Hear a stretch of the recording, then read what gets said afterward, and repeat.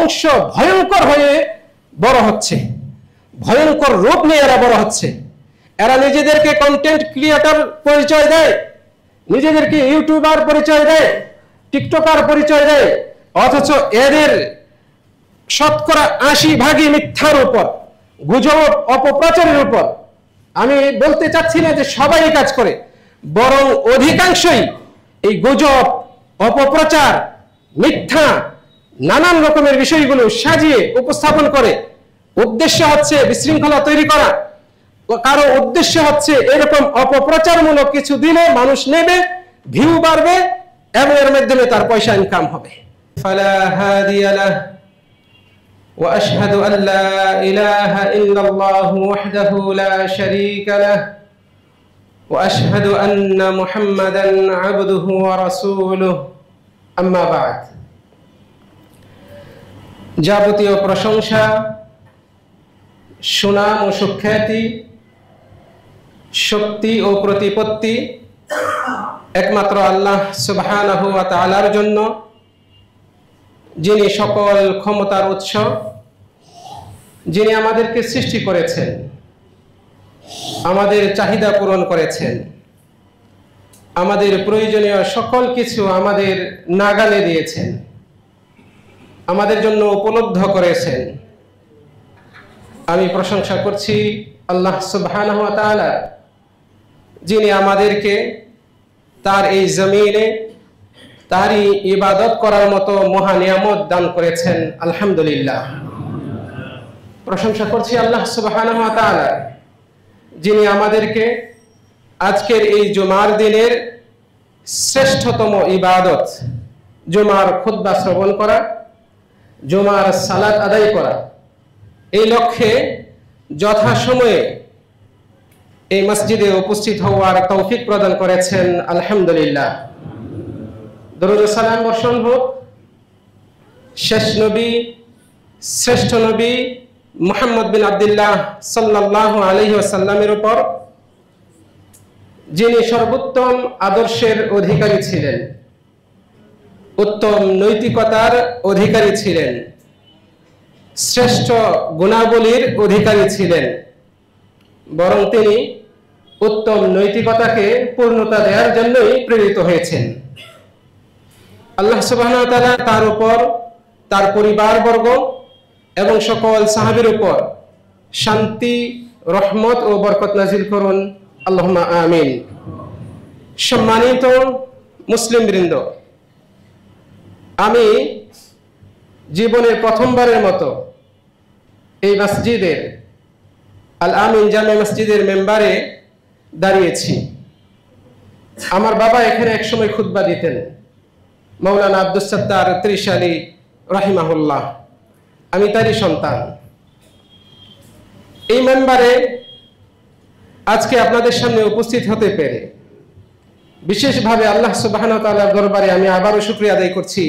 আলহামদুলিল্লাহ। আল্লাহ রাব্বুল আলামিন তিনি এই জগৎ সৃষ্টি করেছেন, জগতের সকল প্রাণীকে তিনি সৃষ্টি করেছেন, সকল জীব এর মধ্য থেকে মানব জাতিকে শ্রেষ্ঠত্ব দান করেছেন এবং এই মানব জাতি পৃথিবীতে যেন শান্তি শৃঙ্খলার সাথে রব্বুল আলামিনের দেখানো পথে চলতে পারে এবং তাদের মাঝে যেন স্থিতিশীলতা থাকে, এজন্য কিছু নীতিমালা দিয়েছেন, যে নীতিমালাগুলো কেবলই বান্দাদের উপকারার্থে, বান্দারা যেন এই পৃথিবীকে আবাদ করে, এই পৃথিবী যেন বসবাসযোগ্য থাকে, বান্দাদের শান্তি শৃঙ্খলা প্রশান্তি যেন নিশ্চিত হয়, এই লক্ষ্যেই আল্লাহ রাব্বুল আলামিন নীতিমালা দান করেছেন। এই সমস্ত নীতির অন্যতম হচ্ছে যা আল্লাহ সুবহানাহু ওয়া তাআলা এই আয়াতে বলেছেন, ইয়া আইয়ুহাল্লাযীনা আমানু ইন জাআকুম ফাসিকুম বিনাবাইন ফাতাবায়ানু আন তুসিবু কওমান বিজাহালাতিন ফাতুসবিহু আলা মা ফাআলতুম নাদিমিন। আল্লাহ সুবহানাহু ওয়া তাআলা বলছেন, হে ঈমানদারগণ, যখন তোমাদের কাছে কোনো ফাসিক ব্যক্তি কোনো সংবাদ নিয়ে আসে, তোমরা সেটা আগে যাচাই করো।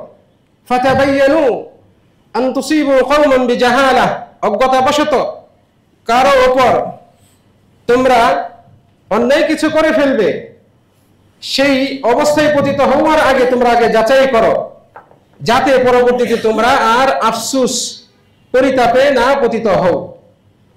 তো এই আয়াতটি মহাগ্রন্থ আল কুরআনের অন্যতম মহা গুরুত্বপূর্ণ একটি আয়াত, যে আয়াতের মাধ্যমে আল্লাহ সুবহানাহু ওয়া তাআলা তার বান্দাদেরকে একটি মহা গুরুত্বপূর্ণ মূলনীতি প্রকাশ করেছেন, দিয়েছেন।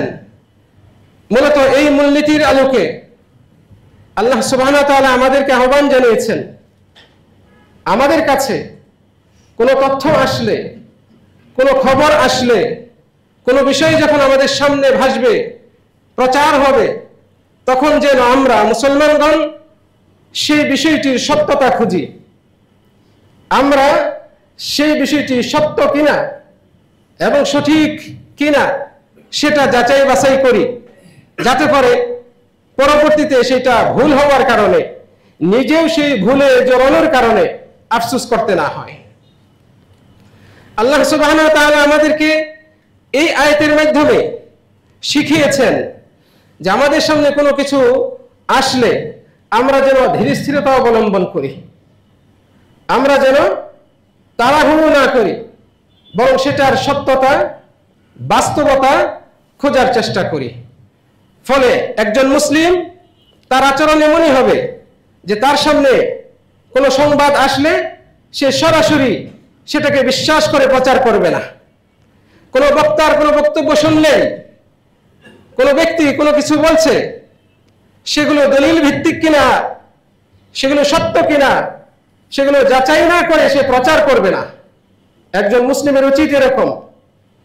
এই আয়াত থেকে আমাদের শিক্ষা হচ্ছে যে আমরা এরকম কোনো বিষয়ে তাড়াহুড়ো করব না, তাড়াহুড়া করা এবং পাওয়া মাত্রই সেটাকে প্রচার করা, এগুলো করব না, বরং ধীরস্থিরতা অবলম্বন করা, চিন্তা ভাবনা করা, এটার গভীরতায় পৌঁছার চেষ্টা করা, তথ্যসূত্র জানার চেষ্টা করা, সত্য কিনা যাচাই বাছাই করার চেষ্টা করা।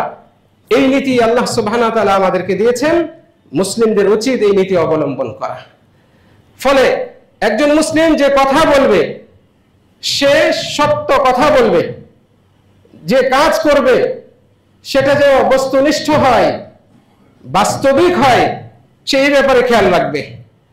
এই আয়াতটি একজন মুসলিমকে সততা, সত্যবাদিতা, ন্যায়পরায়ণতার মূল্যবোধ ধারণ করতে উদ্বুদ্ধ করে। ফলে সে মিথ্যা, অন্যায়, জুলুম, রটনা এই জাতীয় কাজে নিজেকে জড়িত করে না। সম্মানিত মুসল্লিয়ানে কেরাম, ব্যক্তি, সমাজ, এমনকি রাষ্ট্রের জন্য চরম হুমকি সৃষ্টি করে, অস্থিতিশীলতা সৃষ্টি করে, শান্তি প্রশান্তিকে বিনষ্ট করে যে বিষয়গুলো, সেগুলোর অন্যতম হচ্ছে অপপ্রচার, গুজব ছড়ানো, কোনো নির্ভরযোগ্য তথ্য ছাড়াই, দলিল ছাড়াই অপপ্রচার চালানো, গুজব প্রচার করে বেড়ানো, এগুলো ব্যক্তি, সমাজ, এমনকি একটা রাষ্ট্রের ভিত নাড়িয়ে দিতে পারে। এ জাতীয় অপপ্রচার বা গুজব সাধারণত বিভিন্ন মিটিংয়ে, বৈঠকে, সেমিনারে প্রথমে এগুলো উচ্চারণ করা হয়, তারপরে সেগুলো মুহূর্তের মধ্যেই এই আধুনিক যুগের আধুনিক ব্যবস্থাপনা, সোশ্যাল মিডিয়ায় এগুলো ছড়িয়ে দিয়ে সারা বিশ্বে ভাইরাল করে দেওয়া হয়। এগুলোর মাধ্যমে সামাজিক স্থিতিশীলতা, শান্তি প্রশান্তি এগুলোর উপর বিঘ্নতা সৃষ্টি করা হয়। এই অপপ্রচার বা গুজব এর মাধ্যমে সাধারণত বা অধিকাংশই টার্গেট করা হয় ধর্ম এবং ধর্মের সাথে সংশ্লিষ্ট একটা বিশাল জনগোষ্ঠীকে। অনুরূপভাবে টার্গেট করা হয় রাজনৈতিক ফায়দা হাসিলের জন্য পক্ষ বা বিরোধী পক্ষ একে অপরকে টার্গেট করে। অনুরূপভাবে এরকম গুজব ও অপপ্রচারের মাধ্যমে ব্যক্তি বিশেষকেও টার্গেট করা হয়, তাকে সমাজে হেয় প্রতিপন্ন করার জন্য। সে যে ভালো অবস্থানে রয়েছে সেটার উপরে হিংসা করে বিদ্বেষ বশবর্তী হয়ে তাকে সমাজে নানানভাবে হয়রানি করার জন্য এই জাতীয় অপপ্রচার চালানো হয়। সম্মানিত দিনী ভাইরা, এই অপপ্রচার এটা শুধুমাত্রই মিথ্যার উপর ভিত্তি করেই হয়। যত অপপ্রচার রয়েছে, যত গুজব রয়েছে, এগুলোর ভিত হচ্ছে মিথ্যা, এবং এগুলো সমাজে শুধু ক্ষতি আর ক্ষতি নিয়ে আসে। এগুলো সমাজকে অস্থিতিশীল করে। এগুলোর মাধ্যমে শত্রুরা সামাজিক ঐক্য, জাতীয় ঐক্য বিনষ্ট করার জন্য প্রচেষ্টা চালায়। এরা দেশ বিরোধী, এরা সরকার বিরোধী, এরা ধর্ম বিরোধী, এরা মুসলিম ঐক্যের বিরোধী। ফলে তারা নানান কৌশলে এই জাতীয় অপপ্রচার সমাজে চালায়। প্রিয় দিনী ভাইরা, এই অপপ্রচারের কুফল খুবই মারাত্মক। অপপ্রচার এবং গুজব ছড়ানো এর কুফল খুবই মারাত্মক। এর কারণে হিংসা বিদ্বেষ ছড়ায়, সমাজে হানাহানি, মারামারি, রক্তপাত এগুলো ঘটায়, সুসম্পর্ককে নষ্ট করে, জাতীয় সম্পদ নষ্ট হয়, ভালো মানুষগুলো সমাজের এরা বিতর্কিত হয়, এবং খারাপ মানুষগুলো সমাজে অনেকাংশেই তাদের প্রভাব বিস্তার করতে পারে। অতএব এই ব্যাপারে আমাদেরকে সতর্ক থাকতে হবে। আমরা এই অপপ্রচার বা গুজবের কারণে দেখেছি একটা রাষ্ট্রের ভিত নড়ে ওঠে। রাষ্ট্রীয় যে ঐক্য, সেই ঐক্য হুমকির মুখে পড়ে। একটা জাতি, তাদের ঐক্য, শান্তি, প্রশান্তি, স্থিতিশীলতা এগুলো সব নষ্ট হয়, বিনষ্ট হয় এই গুজব অপপ্রচারের মাধ্যমে। সম্মানিত দিনী ভাইয়েরা, অতএব আমাদেরকে এই বিষয়ে সতর্ক থাকতে হবে। এই গুজবের কারণে আমরা দেখি কত নিরীহ প্রাণ ঝরে যায়, কত ভালো সম্পর্কগুলো সন্দেহ প্রবেশ করার কারণে এবং এই গুজবের কারণে, অপপ্রচারের কারণে নষ্ট হয়ে যায়। স্বামী স্ত্রীর মধ্যে ডিভোর্স, তালাক পর্যন্ত হয়ে যায়। যারা দুইজন বন্ধু সারা জীবন ভালো সম্পর্ক বজায় রেখে ধারণ করে এই পর্যন্ত আসছে, এই গুজবের কারণে বা অপপ্রচারের কারণে তাদের এই বন্ধুত্বে ফাটল ধরে। কত শেয়ারে ব্যবসা করছেন, দুজন বন্ধু মিলে ব্যবসা করছেন বিশ্বস্ততার সাথে, কিন্তু এক সময় কোন এক গুজব ছড়ানো হলো একজনের বিরুদ্ধে, এই বিশ্বস্ততার সম্পর্ক এই গুজবের কারণে, অপপ্রচারের কারণে নষ্ট হয়ে যায়। এইভাবে সমাজে, রাষ্ট্রে গুজব ও অপপ্রচারের নানান ক্ষতিকারক দিক রয়েছে। কাজে একজন মুসলিম সে কখনো এই জাতীয় কাজে জড়িত হতে পারে না। সবচেয়ে মারাত্মক,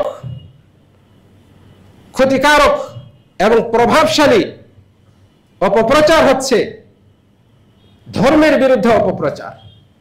কারণ ধর্ম এটা বিস্তৃত থাকে, ধর্ম এটা বিস্তৃত থাকে, ফলে ধর্মের বিরুদ্ধে অপপ্রচার চালানো সমাজ, রাষ্ট্রের মানুষগুলোকে, যারা সেই ধর্মাবলম্বী, ধর্মের অনুসরণ করে, তাদেরকে বিশৃঙ্খলার মধ্যে ফেলে দেয়, তাদেরকে সন্দেহে, সংশয়ের মধ্যে পতিত করে। এর ফলে এই মুসলিমদের মধ্যে, ধর্মপ্রাণ মুসলিমদের মধ্যে এক সংশয় ও বিভেদ দেখা দেয়। অনুরূপভাবে অন্যতম মারাত্মক প্রভাব বিস্তারকারী অপপ্রচার বা গুজব হচ্ছে ব্যক্তি বিশেষ কারো বিরুদ্ধে অপপ্রচার চালানো। এর মাধ্যমে এই যে ব্যক্তির, নিরপরাধ নির্দোষ ব্যক্তির জীবনটা দুর্বিষহ হয়ে ওঠে, তার সম্মান সমাজে পদদলিত হয়, সে নানানভাবে হেনস্থার শিকার হয়। সমাজে বিভিন্ন দেশে প্রচলিত যে সমস্ত গুজব রয়েছে বা ছড়ানো হচ্ছে, ছড়ানো হয়, এগুলোর মধ্যে অন্যতম বিরাট কুপ্রভাব বিস্তারকারী এরকম অপপ্রচার হচ্ছে রাষ্ট্রের বিরুদ্ধে, সরকারের বিরুদ্ধে অপপ্রচার চালানো। যখন সরকারের বিরুদ্ধে অপপ্রচার চালানো হয়, সেই রাষ্ট্রের স্থিতিশীলতা থাকে না। সেই রাষ্ট্রের আয় উন্নতি থমকে যায়। এই জাতীয় অপপ্রচার কোনোভাবেই কল্যাণ নিয়ে আসতে পারে না। এই অপপ্রচার বা গুজবকে যারা অবলম্বন করে এদের উদ্দেশ্য কোনো সময় ভালো থাকে না। এদের উদ্দেশ্য হয় হীন, ষড়যন্ত্রমূলক। এরা রাষ্ট্রের বিরুদ্ধে, জাতির বিরুদ্ধে, ধর্মের বিরুদ্ধে, আলেম ওলামাদের বিরুদ্ধে এরা নির্দিষ্ট এজেন্ডা নিয়ে কাজ করে। এজন্যই আমরা সাধারণ মুসলমানগণ আমাদের উচিত হচ্ছে এই বিষয়ে সচেতন হওয়া। আমাদেরকে এই বিষয়ে অবশ্যই সচেতন হতে হবে। এটা শত্রুদের বড় অস্ত্র। আপনি ভালো মানুষ, সমাজে ভালো কাজ করতে চান, আপনার বিরোধীদের সবচেয়ে বড় অস্ত্র হচ্ছে, অন্যতম বড় অস্ত্র হচ্ছে এটা অপপ্রচার। এই অপপ্রচার চালিয়ে যেভাবে বিরোধীকে ঘায়েল করা যায়, এইরকম অন্য অস্ত্র খুব কমই রয়েছে যেটা ফলপ্রসূ হয় শত্রুদের। আমাদের নবী মুহাম্মদ সাল্লাল্লাহু আলাইহি ওয়াসাল্লাম তিনি নিজেও এইরকম অপপ্রচারের গুজবের শিকার হয়েছেন। তার পবিত্র পরিবার এই গুজবের শিকার হয়ে এক বিভীষিকাময় অবস্থার মধ্য দিয়ে জীবনযাপন করেছিল।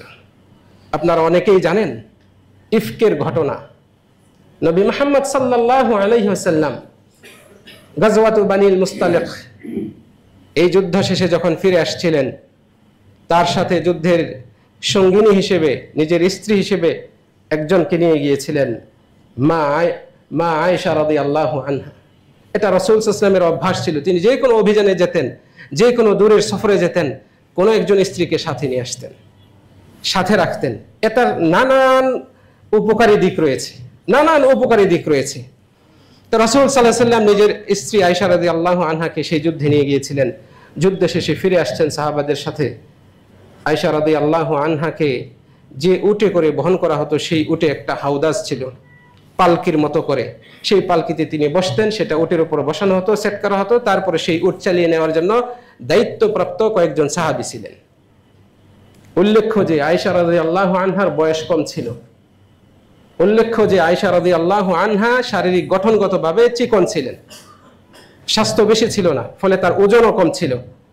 এই হাউদাস এটা এমনিতেই ওজন হয় পালকি, আর সেখানে যদি হালকা গড়নের কাউকে বসানো হয় আর ৩-৪ জন বা ৪-৫ জন মিলে যদি সেই পালকি তোলা হয়, সহজে সেটা খুব ভালোভাবে অনুমান করা যায় না যে ভেতরে আছে না নাই। এটা স্বাভাবিক। এই যুদ্ধ শেষে আসছেন, পথিমধ্যে রাসূল সাল্লাল্লাহু আলাইহি ওয়াসাল্লাম সাহাবীদেরকে নিয়ে যাত্রা বিরতি করলেন। যাত্রা বিরতি শেষে সবাই নিজ নিজ প্রয়োজন সারার পরে আবার যাত্রা শুরু হলো। আয়েশা রাদিয়াল্লাহু আনহা নিজের প্রকৃতির ডাকে সাড়া দিয়ে একটু দূরে গিয়েই কাজ সেরে ফিরবেন, কিন্তু ইতিমধ্যেই তিনি খেয়াল করলেন তার গলার হার নাই, গলাতে নাই, হারিয়ে গিয়েছে। তিনি সেটা খুঁজছেন, রাতের অন্ধকারে খুঁজছেন। খুঁজতে খুঁজতে দেরি হয়ে যায়, ফিরে আসলেন। ফিরে আসার পরে দেখেন সবাই, কাফেলা সবাই চলে গিয়েছে। তার হাউদাস সহ সেই উটটাও লোকজন যারা দায়িত্বশীল ছিলেন তারা নিয়ে চলে গিয়েছেন। এখানে আর কেউ নাই। তিনি তখন ওই জায়গাতেই বসে পড়লেন। যেহেতু সফর যুদ্ধ শেষে ফিরে আসছিলেন ক্লান্ত শ্রান্ত, ফলে তার ঘুম চলে আসলো। তিনি ঘুমিয়ে গেলেন, জীর্ণ শীর্ণ হয়ে, আঁটুসাঁটু হয়ে তিনি ঘুমিয়ে গেলেন। ইতিমধ্যেই এর আগেই এই কাফেলার আরেকজন সাহাবী সাফওয়ান রাদিয়াল্লাহু আনহু, সাফওয়ান ইবনুল মুআত্তিল রাদিয়াল্লাহু আনহু, তিনি কাফেলার পিছনে থাকতেন সব সময়, কাফেলাকে নজরদারিতে রাখার জন্য, কেউ পিছনে পড়লো কিনা সেটা খেয়াল করার জন্য। দ্বিতীয়ত তার ব্যাপারে আরেকটা কথা শোনা যায় যে তিনি একটু ঘুমাতেন বেশি, ফলে যেখানে সুযোগ পেতেন সেখানে ঘুমিয়ে যেতেন। এই কারণেও তিনি কাফেলার পেছনে থাকতেন। তিনি অনেক পেছনে পড়ার পরে আস্তে আস্তে এই জায়গায় যখন আসলেন, দেখেন যে একজন ঘুমাচ্ছে, এরকম মনে হচ্ছে। তিনি কাছে গেলেন, কাছে গিয়ে যখন খেয়াল করলেন ইনি তো আয়েশা রাদিয়াল্লাহু আনহা উম্মুল মুমিনিন, তিনি দেখেই চমকে গেলেন এবং সাথে সাথে ইন্না লিল্লাহ এই শব্দটা মুখ দিয়ে জোরে বের করলেন, আওয়াজ করে বের করলেন। এই যে আওয়াজ হলো, এই আওয়াজ শুনে সাথে সাথে আয়েশা রাদিয়াল্লাহু আনহার ঘুম ভেঙে যায়। ঘুম ভেঙে যাওয়ার পরে সর্বপ্রথম তিনি যে কাজটা করেন, তিনি তার চাদর বা ওড়না দিয়ে চেহারাটা ঢেকে ফেলেন। চেহারাটা ঢেকে ফেলে তারপরে তিনি সংযত হয়ে বসে পড়েন। এরপরে সাফওয়ান রাদিয়াল্লাহু আনহু বুঝতে পারলেন যে আয়েশা রাদিয়াল্লাহু আনহা উম্মুল মুমিনিন তিনি দলছুট হয়েছেন, কাফেলা থেকে বা পেছনে পড়ে গিয়েছেন। নিজের উট এনে সামনে বসিয়ে দিলেন, কোনো কথা বললেন না। আয়েশা রাদিয়াল্লাহু আনহা কোনো কথা বললেন না, শুধু ইন্না লিল্লাহ এই শব্দটা, ইন্না লিল্লাহি ওয়া ইন্না ইলাইহি রাজিউন, এইটাই প্রথমে বের হলো ওই সাহাবীর মুখ দিয়ে, এছাড়া আর কোনো বাক্য বিনিময় হয় নাই। যখন উট নিয়ে আসা হলো, আয়েশা রাদিয়াল্লাহু আনহা এই উটের উপর বসে পড়লেন। এরপরে সেই উট চালিয়ে চালিয়ে নিয়ে যাচ্ছেন এবং দ্রুত গতিতে যাওয়ার চেষ্টা করছেন যাতে কাফেলাকে ধরা যায়। অবশেষে কাফেলাকে ধরে ফেলেন, কিন্তু নবী মুহাম্মদ সাল্লাল্লাহু আলাইহি সাল্লাম সহ সেই কাফেলার কেউ টের পায় নাই যে আয়েশা রাদিয়াল্লাহু আনহা তাদের সাথে নাই এবং সেই হাওদাজের ভেতরে নাই, কেউ টের পান নাই। যখন পেছন থেকে তাদেরকে দেখলেন এবং একজন সাহাবী সাফওয়ান রাদিয়াল্লাহু আনহার সাথে আসছে, আয়েশা রাদিয়াল্লাহু আনহা এইটাকে এখন অস্ত্র হিসেবে ধারণ করলো, গ্রহণ করলো। যারা মুনাফিক ছিল এবং যারা মানে দুর্বল ঈমানের লোক ছিল, যারা সমালোচনা করার জন্য বিভিন্ন সূত্র খুঁজত, এবার তারা অপবাদ দেওয়া শুরু করলো যে রাসূল সাল্লাল্লাহু আলাইহি ওয়াসাল্লামের স্ত্রী আয়েশা রাদিয়াল্লাহু আনহার চরিত্র খারাপ, নাউযুবিল্লাহি মিন যালিক, এবং তিনি পরক্রিয়া করেন এই জাতীয় কথা, যে এই সাহাবীর সাথে তার এগুলো অবৈধ সম্পর্ক রয়েছে।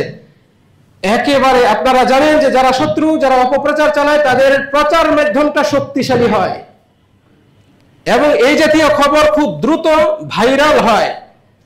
ফলে তারা এটাকে এমন ভাবে প্রচার করতে লাগলো, এর সাথে যারা ইহুদি ছিল, মুশরিক ছিল, তারাও যোগ দেয় এবং জোরালো ভাবে এই প্রচার শুরু করে।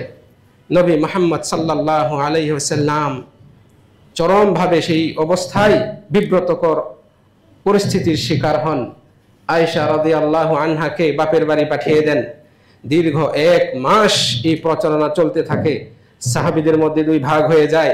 যারা ভালো মানের সাহাবী ছিল, মানে বিশ্বস্ত সাহাবী ছিল, তারা ব্যতীত, বড় মাপের যারা সাহাবী ছিলেন তারা ব্যতীত বাকিরা অনেকেই এর সাথে জড়িত হয়ে যায়।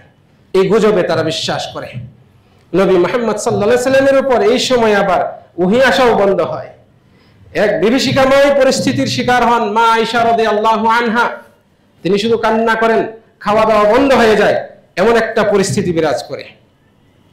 সম্মানিত দিনী ভাইরা, অবশেষে আল্লাহ রাব্বুল আলামিন সূরা নূরের বেশ কয়েকটি আয়াত নাজিল করে আয়েশা রাদিয়াল্লাহু আনহা পবিত্র মর্মে ঘোষণা করেন। ফলে মুসলমানগণ যারা প্রকৃত মুসলিম, দুর্বল ঈমানের নয়, শক্তিশালী ঈমানের অধিকারী ছিলেন, তারা অত্যন্ত আনন্দে আপ্লুত হয়। আর যারা কুচক্রী ছিল, এই গুজব রটনাকারী ছিল, তারা তো বেইজ্জতি হয় এবং তাদের জন্য যে ব্যবস্থা নেওয়ার রাসূল সাল্লাল্লাহু আলাইহি ওয়াসাল্লাম নিয়েছেন।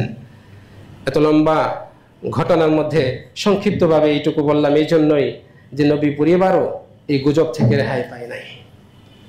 তাহলে আমরা গুজবের শিকার হব, আমরা আমাদের বিরুদ্ধে অপপ্রচারের শিকার হব, এটা স্বাভাবিক। শত্রুদের অস্ত্র হচ্ছে এটা স্বাভাবিক।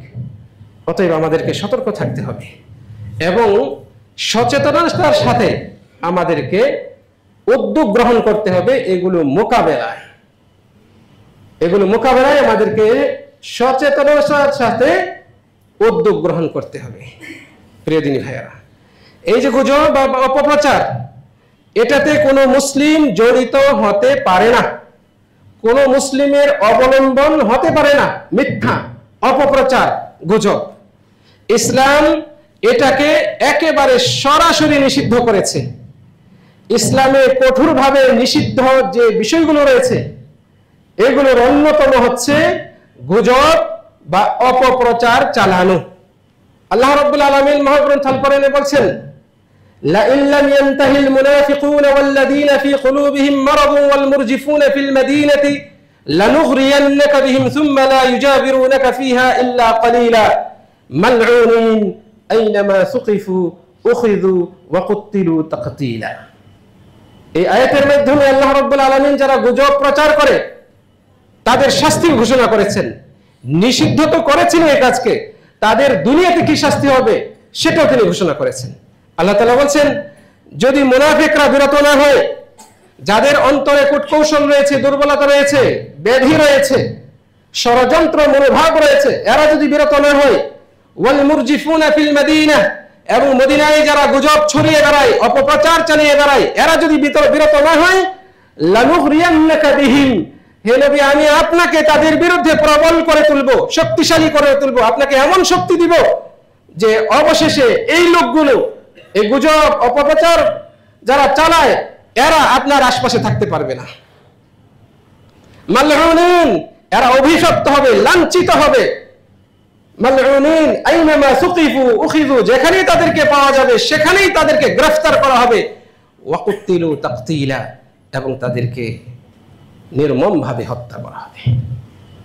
আল্লাহ রাব্বুল আলামিন ঘোষণা দিয়েছেন, যারা মুনাফিক, যাদের অন্তরে ব্যাধি রয়েছে, ষড়যন্ত্র কূটকৌশল রয়েছে, যারা অপপ্রচার চালায়, গুজব প্রচার করে বেড়ায়, এরা যদি এই কাজ থেকে সতর্ক না হয়, বিরত না হয়, তাহলে এদেরকে অভিশাপ দেওয়া হবে, এরা লাঞ্ছিত হবে সমাজে, এবং যেখানেই পাওয়া যাবে সেখান থেকে তাদেরকে গ্রেফতার করা হবে এবং তাদের শাস্তি, হদ, সর্বোচ্চ শাস্তি তাদের উপর কায়েম করা হবে।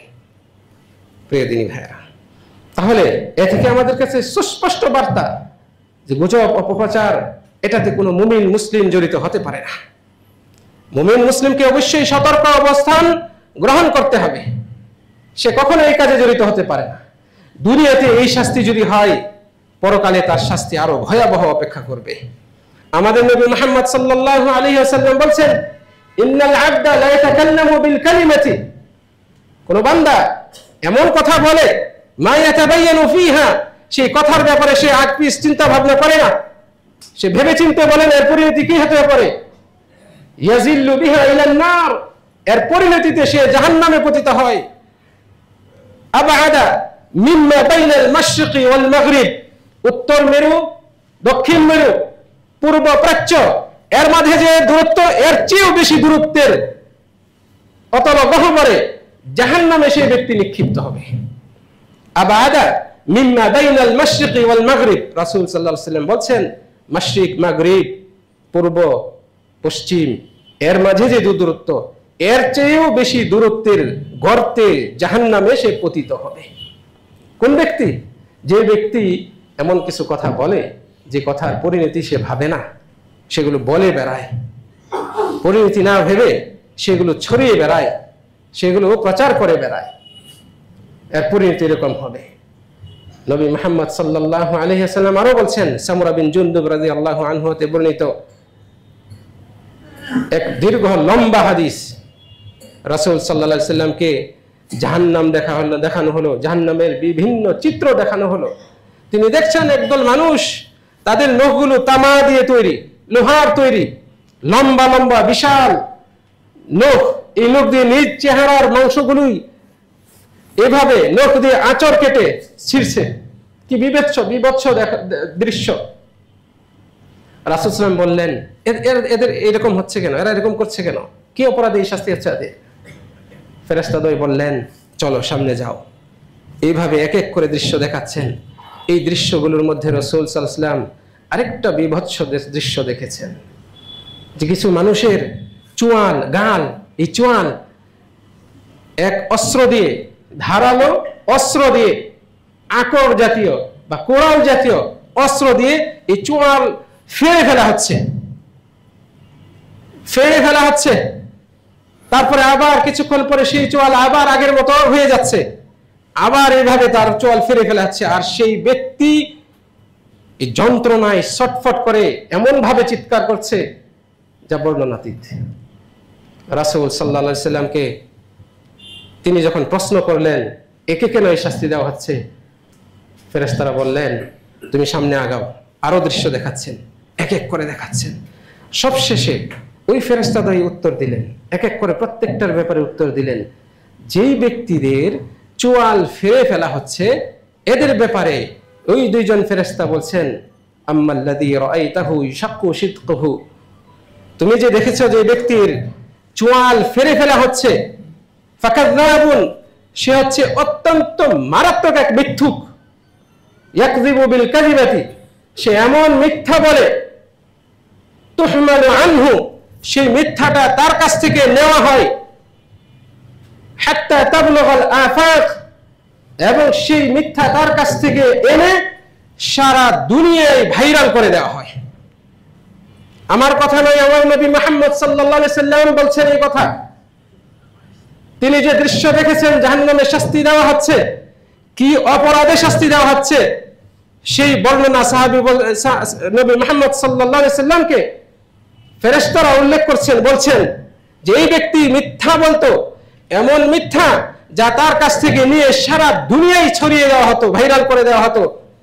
ফায়ুসনাউ বিহি ইলা ইয়াউমিল কিয়ামাহ, চূড়ান্ত ফয়সালা দিন, কিয়ামতের দিন পর্যন্ত তার সাথে এই আচরণই করা হবে, মানে তাকে এইভাবেই কবরে শাস্তি দেওয়া হবে, চলমান থাকবে।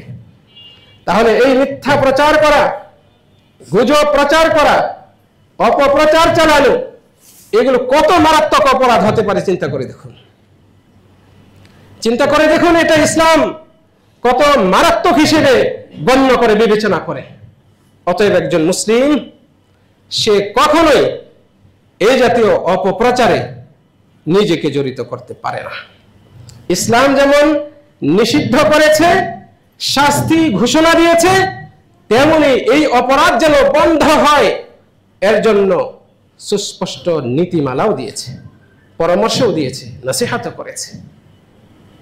একজন মুসলিম সে অপপ্রচারে জড়াবে না, অন্যায় ও মিথ্যার প্রশ্রয় নেবে না, সে বরং এই ক্ষেত্রে ধীরস্থিরতা অবলম্বন করবে এবং সঠিক উৎস খোঁজার চেষ্টা করবে। এই বিষয় যা চালানো হচ্ছে, অপপ্রচার বা গুজব হিসেবে ছড়ানো হচ্ছে, সেটা সংশ্লিষ্ট সংস্থা, ব্যক্তিবর্গ অথবা যারা এর সাথে জড়িত তাদের পক্ষ থেকে বিবৃতির অপেক্ষা করবে, যাতে করে বস্তুনিষ্ঠ সত্য তথ্য তার কাছে স্পষ্ট হয়। এজন্য একজন মুসলিম অপেক্ষা করবে। আল্লাহ রাব্বুল আলামিন বলছেন, ওয়া ইযা জাআহুম আমরুম মিনাল আমনি আবিল খাউফি আযাউ বিহি, যখন তাদের কাছে কোন সংবাদ আসে, নিরাপত্তা, শান্তি, এই জাতীয় সংবাদ, মানে খুশির সংবাদ, আবিল খাউফ অথবা ভয় আতঙ্কের সংবাদ, নেতিবাচক সংবাদ যখন আসে, ভালো বা মন্দ যে সংবাদই আসে, আযাউ বিহি, এরা তো এটাকে ছড়িয়ে দেয়, প্রচার করে বেড়ায়। আল্লাহ রাব্বুল আলামিন একটা বাস্তব মানে অবস্থা তুলে ধরছেন, যখনই ভালো মন্দ যে খবরই আসে মানুষ ছড়িয়ে দেয়, প্রচার করে বেড়ায়। কিন্তু আল্লাহ তাআলা বলছেন এরপরে, ওয়ালাউ রাদ্দুহু ইলা রাসূলি ওয়া ইলা উলিল আমরি মিনহুম, যদি তারা এই বিষয়টাকে রাসূল অথবা যারা দায়িত্বশীল উলিল আমর এদের দিকে ন্যস্ত করত, লাআলিমাহু আল্লাযীনা ইস্তানবিতুনাহু মিনহুম, তাহলে তাদের মধ্যে উলিল আমর, শাসক শ্রেণী যারা রয়েছে, তাদের মধ্যে যারা তদন্ত কর্মকর্তা, তারা তদন্ত করে তথ্য উদ্ঘাটন করত। লাআলিমাহু, তাহলে ওটাকে জানতে পারতো। আল্লাযীনা ইস্তানবিতুনাহু, যারা সেটা নিয়ে গবেষণা করে, তথ্য অনুসন্ধান করে, তারা জানতে পারতো, তাহলে সঠিক তথ্য তারা বের করতে পারতো।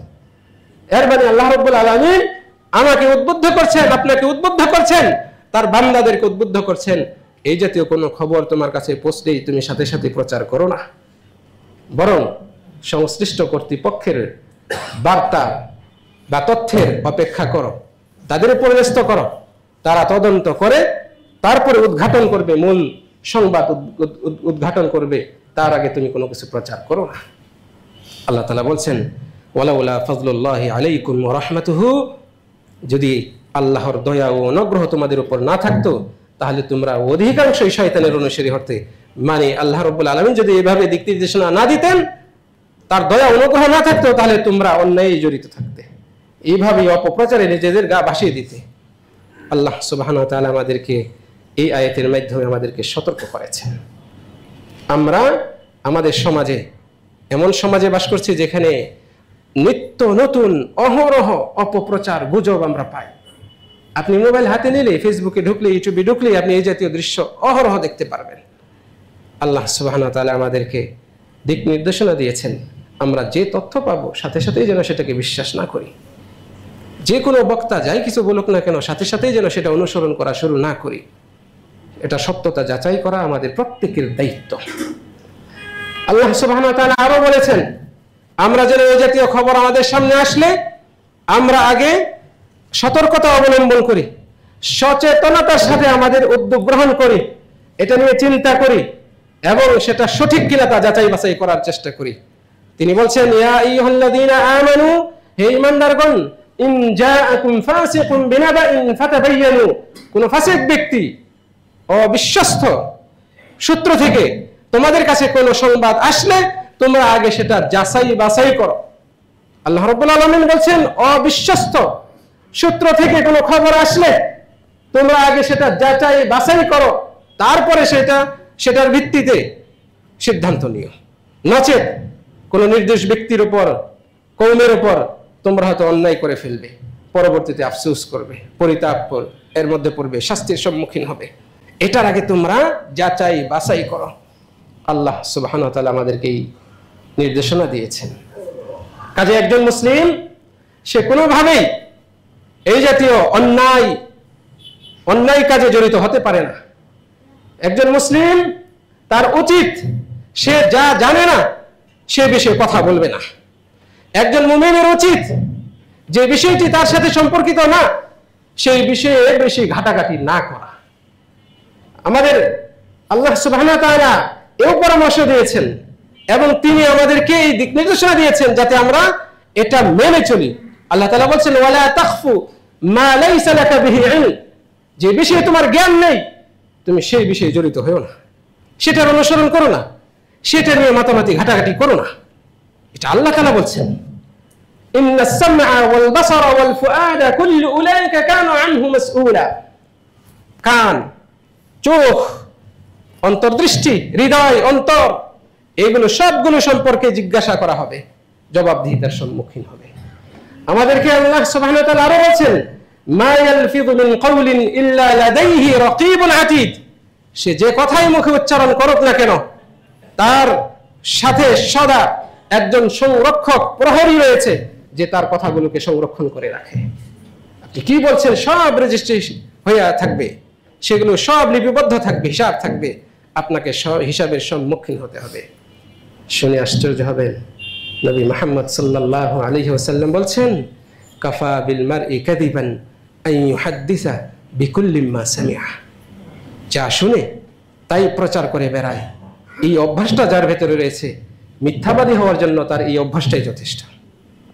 যা শুনে, যা দেখে শেয়ার মেরে দেয়, লাইক মেরে দেয়, অন্যের কাছে বলে বেড়ায়, এই অভ্যাসটাই যথেষ্ট ওই ব্যক্তি মিথ্যাবাদী হওয়ার জন্য। নাউযুবিল্লাহ মিন যালিক। আল্লাহ রাব্বুল আলামিন আমাদেরকে হেফাজত করুন। রব্বুল আলামিন আমাদেরকে এই জাতীয় অন্যায় আচরণ থেকে হেফাজত করুন। আমরা নিজেরা অপপ্রচার, গুজবে জড়াবো না এবং এই জাতীয় কাজ যারা করে তাদেরকে সমর্থন দেব না। আল্লাহ রাব্বুল আলামিন আমাদের মাঝে এই সচেতনতা দান করুন। আল্লাহুম্মা আমিন। প্রিয় দিনী ভাইরা, আসুন আমরা ভালো মুসলিম হই, আমরা ভালো মুসলিম হই, ভালো মানুষ হই, সমাজের একজন ভালো সদস্য হই, দেশের একজন ভালো নাগরিক হই, নিজে একজন যোগ্যতম অভিভাবক, বাবা, বড় ভাই, আত্মীয় হই। আমরা অন্যায় করব না, আমরা অপপ্রচারে জড়িত হব না এবং গুজবে কান দেব না এবং আমাদের অধীনস্থ যারা রয়েছে তাদেরকেও এই ব্যাপারে আমরা সচেতন করি। নবী মুহাম্মদ সাল্লাল্লাহু আলাইহি ওয়াসাল্লাম বলছেন, আল মুসলিমু আখুল মুসলিম, একজন মুসলিম অপর মুসলিমের ভাই। আল মুমিনু আখুল মুমিন, একজন মুমিন আরেকজন মুমিনের ভাই। লা ইউসলিমুহু ওয়ালা ইয়াজলিমুহু, এই মুসলিম, এই মুমিন ব্যক্তি তার অন্য কোনো মুমিন ভাইকে শত্রুর হাতে সুপর্দ করবে না, সে তার উপর জুলুম করবে না। আমাদের নবী মুহাম্মদ সাল্লাল্লাহু আলাইহি ওয়াসাল্লাম আরো বলছেন, মান কানা ইউমিনু বিল্লাহ ওয়াল ইয়াউমিল আখির, যে ব্যক্তি আল্লাহ এবং পরকালে বিশ্বাস রাখে, ফালিয়াকুল খায়রান আও লিয়াসমুত, সে যদি কথা বলে সে যেন ভালো কথা বলে, নচেত চুপ থাকে।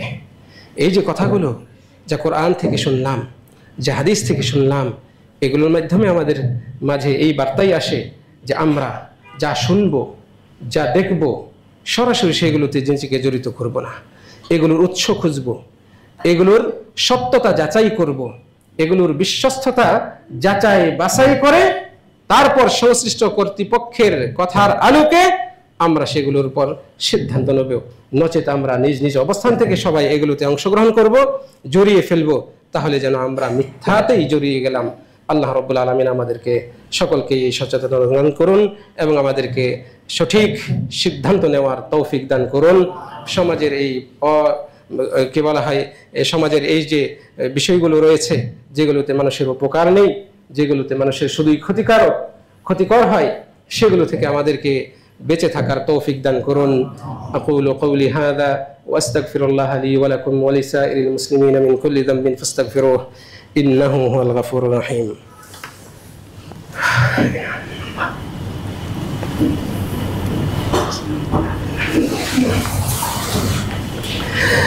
ইন্নাল হামদালিল্লাহ নাহমাদুহু ওয়া নুসাল্লি আলা রাসূলিহিল কারীম, আম্মা বা'দ।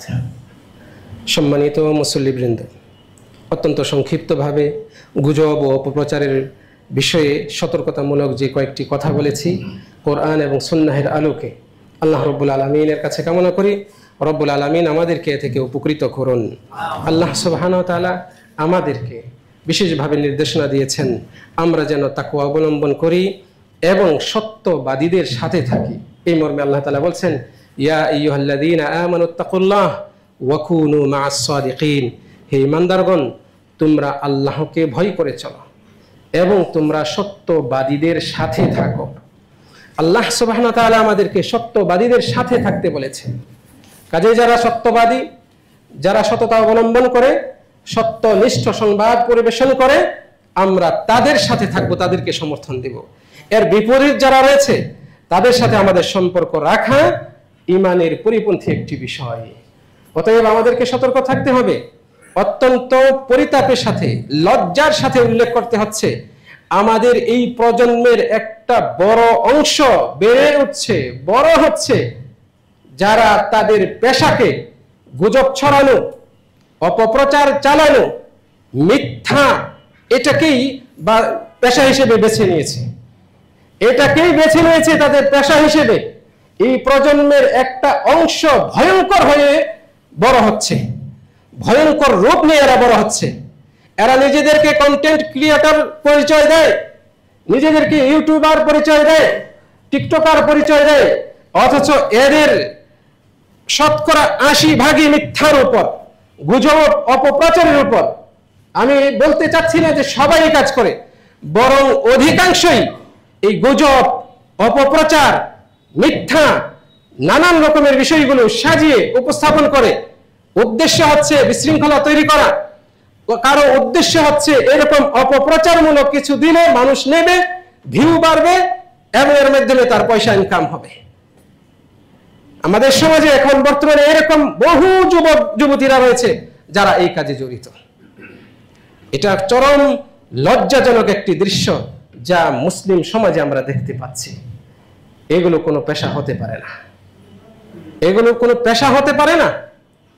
আপনি কেমন অভিভাবক? আপনার মেয়ে এই জাতীয় কাজে জড়িত, আপনি কেমন অভিভাবক?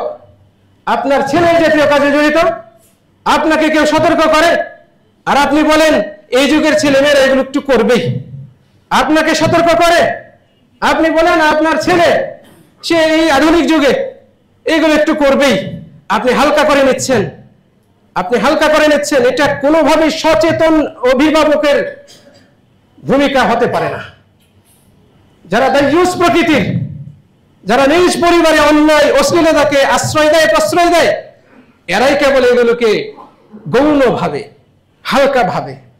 অতএব আপনি যদি জানেন আপনার মেয়ে কলেজ পড়ুয়া, স্কুল পড়ুয়া, ভার্সিটি পড়ুয়া, মেয়েটা এই কাজে জড়িত, সে এরকম টিকটক ছোট ছোট ভিডিও বানায় যেখানে অর্ধলঙ্গ হয়, নিজের শরীর প্রদর্শন করে, নানান রকমের অশ্লীল বাক্য উচ্চারণ করে, অনুরূপভাবে দেশ বিরোধী কথা বলে, ধর্মের বিরুদ্ধে কথা বলে, আলেম উলামাদের বিরুদ্ধে কথা বলে, সামাজিক রীতিনীতি যেগুলো কোরআন এবং সুন্নাহ সম্মত এগুলোর বিরুদ্ধে কথা বলে, আপনি জানার পরে চুপ থাকবেন না, আপনি জানার পরে চুপ থাকবেন না।